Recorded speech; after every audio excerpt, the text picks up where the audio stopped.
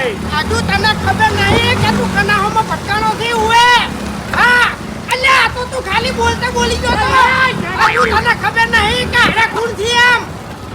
અરે ઘરમાં પડીને માર્યો ઘરમાં પડીને હુએ બોલી ગયો થી અને હવે ઉભું રહેતા તું ના લે વાત કરે છે ખાલી ઉભો રહે તું હા